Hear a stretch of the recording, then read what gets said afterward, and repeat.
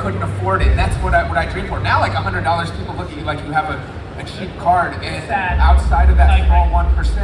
And it has to be more than like, let me just chase this one that's worth $500,000. Like, that's not sustainable. Let me ask you a question, and I think this will be interesting for the crowd. You know this, because I think we've talked about it once. My biggest observation is that the next wave is non-sports trading cards. I'm obsessed with fictional characters.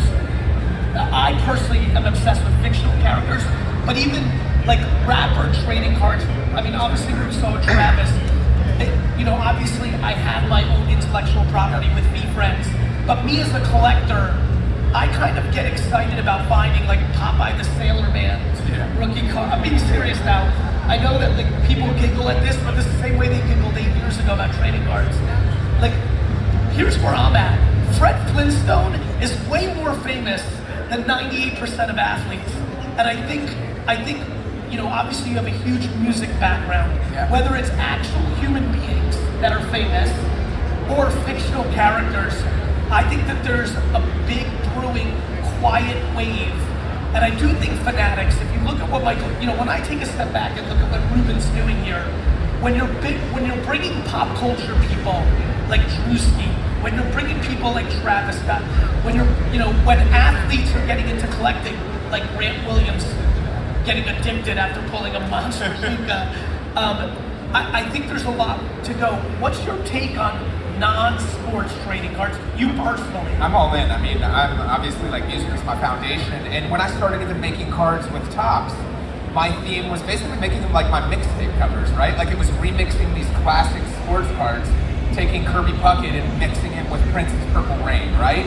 Taking somebody like Ronald Acuna and mixing it with an incredible like Outkast ATL intertwined in. Then I started actually involving some of the artists in it, right? Like our friend Dave East, I did a Derek Jeter card, and it was the same time like Wu-Tang Clan, they had the show on Hulu, the season was launching, so we like put him in it in the background as a hidden Easter egg, and did a launch event in Bleecker to like set this thing off. So I think this whole thing is happening. You see the Travis cards, even with me bringing that in. We just did it at the Realist, a big collaboration with Snoop, and released a whole card as part of that. People were signing up and bidding on things just to get the cards. They were buying this memorabilia from that. So I think pop culture is I think for the parents and grandparents in here, I think what I'm about to say is going to hit. I think if Coco Melon, a year or 2 or 3 ago, put out trading cards, put out a lot of 3-4-year-olds starting to collect, I just think it's super obvious. I mean, for you, you made a bold vision, like launching Vee Friends as a card, and you went all in. I mean, look at the size of your booth and the activation and stuff. What gave you that foresight and wherewithal to be like, I'm going to do this, I'm going to set the trend? I mean, you always had that vision, but to come out and actually do it and be successful. Something a lot of people don't know is this has been on my mind for 20 years. Like different like businesses and things of that nature, and you're always thinking and trying to create and things of that nature. So I'm always hoping and thinking. When I've always wanted to build something meaningful that was bigger than me. As the Gary Vee brand started to build, I realized I'm just one dude. I also know that I'm not every single person's here cup of tea. I have a certain personality. It works for a lot of people, but it's not for everybody. But what I have to say is something I want the world to know, right? I want people to know that you can be a gangster and a killer, but you don't have to compromise being a decent human being while doing it. And I think it's a message that's very confused to people. I think people think you have to compromise your soul for success. And so I always wanted to get that mission across. And the thing I started to learn was when I exploded on TikTok, I got younger and I saw the impact. I saw that if I could get to kids at 12, 13, 14, they were more likely to be impacted than the kids I was getting to on Instagram that were 20, 21, 22. That always be said, if I could get to people at 4, 5, and 6, then we can really do shit. And so Pokemon and Disney and Transformers and My Little Pony and Strawberry Shortcake and all this stuff was always in my head. When the NFT and trading card thing was kind of crossing, I said, you know what? It's time for me to take it at bat. COVID was happening. I had time. And you literally went in, and I remember you're like, I'm disappearing for 2 weeks and drawing and making all these things, and then you came out with this insane. The most fun for me on it really is that the building, right? Like grinding behind the table at Vee Friends today on a Sunday in the summer. of where I'm at in my career really speaks to me. Like that to me, like the building is the fun part. You know, I think of it as this. Sometimes I go to the beach and you see kids work on a sandcastle for like 9 hours, and then they just look at each other and they tear it down. And I see all the faces of people around the sandcastle be like, why would you do that? And I always understand those kids because I'm like, it's about the building, not the castle. And for me, Vee Friends is about the building. I don't care if people are pro or con it right now. I'm excited to have the conversation about it in 2047. And to me, it's kind of like being an athlete. When you're on the field, sometimes the crowd is cheering for you, sometimes the crowd is booing the hell out of you. The problem is you can't accept it. You've got to play the next play. I think entrepreneurship now is playing out in public, and everybody's got a comment in the comments, whether pro or con. Literally every post I have, this comment is a goat emoji, the next one's like, fuck you. Yeah, right. And if you're willing to hear that, you're not gonna be able to play the game. For me, I can't hear the negativity, but on the flip side, I also don't hear the accolades. Yeah. Once you get high on your own supply, you become vulnerable. You become very vulnerable. And so I think for all of you, whatever mission you're on, a parent, an executive, building a business, these are the two most important fingers in the world. Most people use these fingers to point and blame everybody else. I use these two fingers to stick them directly in my ears so I can't hear the outside, so I can focus on my shit. And you've done it, and you're focused in these shows. You love going around and getting your hands dirty. Like you said, you've been successful in a lot of other businesses. You don't need to do this. And people have, I remember people saying, oh, Gary's just into flips. I'm like, Gary doesn't need to flip cars. He's pumping up the market. Like, he's got a lot of other ways he could do that if he really wanted to. You enjoy walking the booth tables. Like, National is your favorite event of the year. I literally woke up at like 6:30 this morning out of pure excitement that I was going to be here all day. Allowed me to get a nice workout in. I got a little work done. But like my body, I need sleep. I work like a fucking crazy man.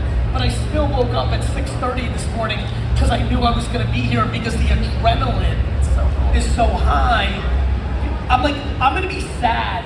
I don't know if any of you like get way up for things and then when it's over, you get like have that big crash. Like I'm going to be super sad around 4:30 today because I know this weekend's now over and I got to wait for the next one. And so I love this industry. I love sports. I love my friends that I've met through the years, and I really enjoy meeting new people that have similar interests and ambitions and hopes. And so I'm incredibly happy to be here. And I ask all of you, I'll be at the Vee Friends booth most of the day. Please come and say hi. I'd love to say hello. What's the best Vee Friends pickup somebody could have in the audience and they want to get in? My friend actually went to his booth, like I said yesterday, bought his first pack of cards. It was Vee Friends Series 2. What's the best pull he can get out of that right now that's still on the market? Oh, they're one-on-ones. Like I will tell you, for all of you that have not looked into Vee Friends yet, if you open your eBay app right now and type in Vee Friends and go to completed items sold, you will shit your pants. Like there's such a significant market for it, but it's early. Like I have 20 years of perfect execution to get halfway to Pokemon. So it's like there's a lot of work to be done. On the flip side, it's already happened. Now it's just building on top. But there's one-of-ones in those $30 packs that sell for $5,000, $4,000, $3,000 a piece. It's humbling, and I think different than other startups that have come, with all due respect to MetaZoo or other things that have come along. For me, I know I'm doing this forever, and I don't want to sell it. Back to building the sandcastle. I don't want the exit. I need to build this for the rest of my life. That gives me enormous confidence of like that every day. Because the issue with building anything is once the person stops caring, it's over. When the founder, some of you worked for startups, when the founder sells the company to a bigger company, it's over. No matter what they tell you. I have company-wide meetings in my marketing company, VaynerMedia, where I talk in front of all of them and literally tell them, if I ever sell this, I'm gonna have an all-company meeting, and I'm gonna tell you it's gonna be great, and this lady that just bought it, she's amazing, she's the only person I would have sold it to, this is gonna be phenomenal, and I'm gonna say all of that But I'm telling you, all of you right now, Leave. the day after I sell it, quit. That, I don't think I'll ever sell VaynerMedia because it's the foundation of what I do. And I know I'm never going to sell VeeFriends. I may take it public, but I will never sell it. And so it's what I wanted to do. I feel like my life has gotten to this point to where I can build this brand. And I'm very fucking focused on it. And so, yeah, I think you can pull a lot of stuff. But like with anything, if like two of you right now are like, wait a minute, I want to start collecting VeeFriends, the core advice is always the same. Before you collect anything, spend hours doing research. Way too many people jump in. The biggest mistake that people make is they jump in and they just start buying stuff. The biggest opportunity for everyone here is education. Do your homework. And start slow. I remember when I really got back in the hobby, right? Like there was purchases that I made that like, you're like, oh, you bought, yeah, it's great advice. This grading company is like same as PSA, right? Like, blah, blah, blah. You learn and you make mistakes. So being willing to do that and jump in. What's so interesting is we look at this next generation out here, right? Yeah. We've talked about kids. Where do you see the opportunities for them to get in? Because like one of the series that I love is where you would always go to the garage sales and you flip and find basically arbitrage. Same thing out here, right? Like there's some booths selling, dollar box. I'm telling you right now, like again, I grew up so poor. Like I wish I grew up in the dollar box era. Like anybody here who's really doesn't have a lot of money, which is many people, because it's so expensive. The dollar box is unbelievable. The dollar box is here, buying for $1 and selling for $7 on eBay, day in and day out, 3, 10, 50, 500 cards over a week, a month, a year. It's also, my favorite thing about telling kids to get into dollar boxes is what they learn. If you learn that hard, because the dollar box is hard work. You gotta sit there and go through everything. You gotta be educated. You can't sit there and look up everything. You gotta put in hours of work. But when you get to that level and you can walk through this place and buy 100 $1 cards, go home, take a photo of those things, put in that grind and get 2,000 out of it, 1,000 out of it. You do that a couple dozen times in a year, all of a sudden you wake up and you got $24,000. And when you're 15, it's really hard to do that. And in other jobs at Target and McDonald's, and so the dollar boxes are huge. We're about to leave. I want to make sure I get this off. Skee, just because you won't do it if I don't ask it, so I want to put you on. What do you want all these people to know about? What are you working on? What's exciting to you? Sure. What are you doing? For me, I launched a company, The Realist. We believe that authentication. Say it slow. I want to make sure. TheRealist.com. So we basically are going to artists and taking things like Snoop Dogg. We infamously just sold his smoked roach, a blunt, like literally the end of a roach, and arrested him for $5,000, right? And people are like, that's crazy.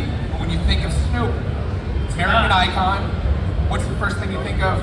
Smoking weed. 100%. And like that is going to be a now piece it's that I legal. believe is worth $100K after he passes away, right? Like, huge thing. So we think that there's just so much opportunity, and it really starts with authentication. We've taken some of the things that, almost Major League Baseball has pioneered, witness-based authentication, and built on that to do it for other sports. So have gone all in on it, right? Like when it comes from this journey of starting in collectibles and cards and seeing where like the blank space was, right? So for me, it was diving in and doing authentication at the highest level with the biggest partners. We're doing, Usher's tour now, 60 dates, authenticating set lists, signed posters every single night from him. He just did, Super Bowl halftime show, one of the biggest tours of the fall, and now his fans have never had a way other than buying merch to connect with him. On this note, the number one thing that I tried to buy from 2017 to 2020 that I got outbid on and regret every day for folding and wish I went to the max was in 2019 or 20, Heritage was selling Tupac's prison license. I remember that. It was, you remember? I came in second, and it will go down as one of my, I famously passed on Uber early and missed out on $400 million. I did a lot of things that didn't work out. I believe me not buying that Tupac prison pass license will be one of my biggest regrets. 100%. I'm so, like when you were just talking about what you're doing, in my stomach, I'm like, you fucking idiot. Like, I'm so pissed I didn't get that, because I do think, especially in hip hop, those collectibles are gonna really matter in 20, 30, 40 years. We agree, right? Like in the thesis is when you look at the space, even like in music memorabilia, we think it has tremendous room to grow, but it's mostly rock. There's $1 million sales in rock. We hit the first $1 million hip hop sale, which was the Drake ring, infamously talked about in this Kendrick Drake beef, right? And the Tupac ring, the Drake bought from that. And I think that this has room to grow. When you're seeing the Snoop, like people are laughing and we got so much press that literally used Roach sold for $5,000. Even Snoop was like, nobody's gonna buy this. You're crazy. You thought nobody would pay $100 for it. I'm like, that's actually a steal, right? Like you're gonna be kicking yourself when that sells for $1 million in 20 years, right? I'm mainly gonna collect both Thugs and Harmony memorabilia, so I'm hoping that the market is nice and softened out. Look, I think that it's a real pleasure to share the stage with you.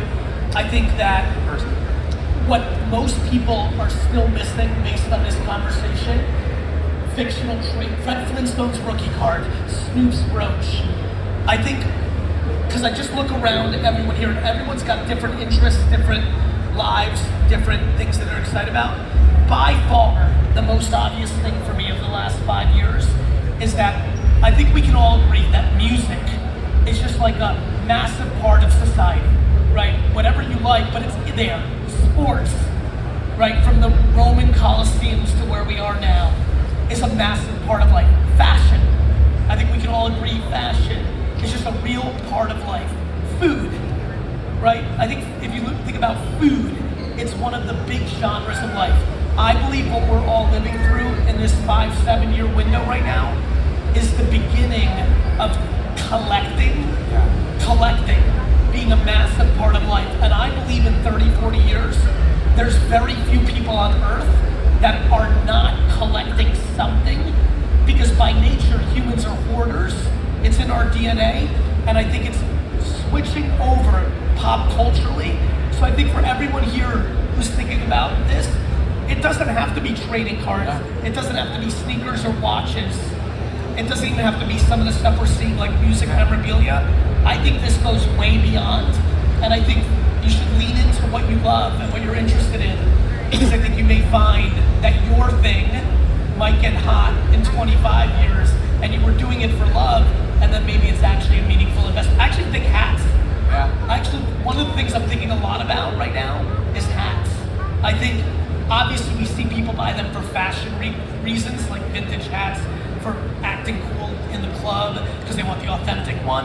I actually think hats has a real shot at being one of the genres that is kind of not obvious right now. And so I'm excited about that. I think it's real. I think it's a joy. It's like watching movies. I think it's a joy when you find something you love that you collect, and I think we'll continue to see that grow. 100%. And that's why, like, when I'm looking at my credential, I pulled it out. This event just isn't sports, it's where culture collides. It's the tagline of it. And I think that's what's next. Like the LeBron cards, like, yes, they're going to continue to grow, blah, blah, blah. But you've already, like, people know what that's like, because we've seen sports cards since, the 20s, in essence, right? Yeah, but people, well, yes, but 18, right, to your point, but people started collecting them in the 20s, 30s, but people didn't even think of them as value until the late 70s, early 80s. You're talking 79, 80, 81. It's 5 minutes ago in the scheme of things. And so I think what trading cards did will happen. And we've seen things prior. There's not a lot of 90-year-olds sitting around, but if you got a grandpa around, ask them about stamps.